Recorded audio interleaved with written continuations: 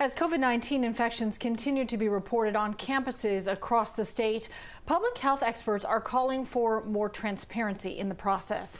Caitlin Ross talked to a researcher, a professor, and a student who say the differences in how schools are reporting numbers make it virtually impossible to know where the state actually stands. The information that was given to us wasn't really detailed enough for, KSU students.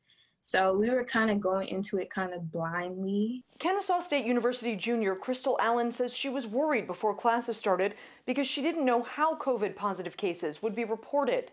You never know who has it, who needs to be tested. Is there given enough information to be tested? Public health experts and professors echo her concern and have started trying to track the numbers on their own.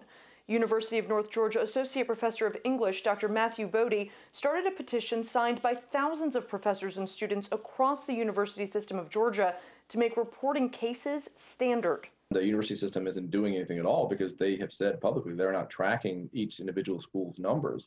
Dr. Amber Schmidtke, a public health microbiologist, is also frustrated, saying there's a lack of accountability within the university system of Georgia. When you have an organization as big as the University System of Georgia, you would think there would be more standardization within their own umbrella of schools. She created a list of how schools are reporting numbers. She found some are giving daily updates, including if the positive case is a student or professor.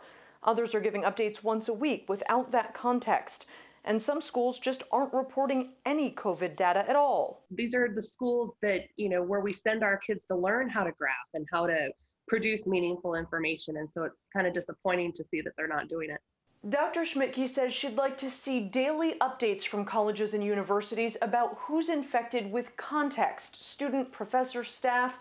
She'd also like to know the number of tests administered on campuses each day with the percentage of positive COVID-19 tests. It's a lot of information, but she says it's the best way to keep campuses safe.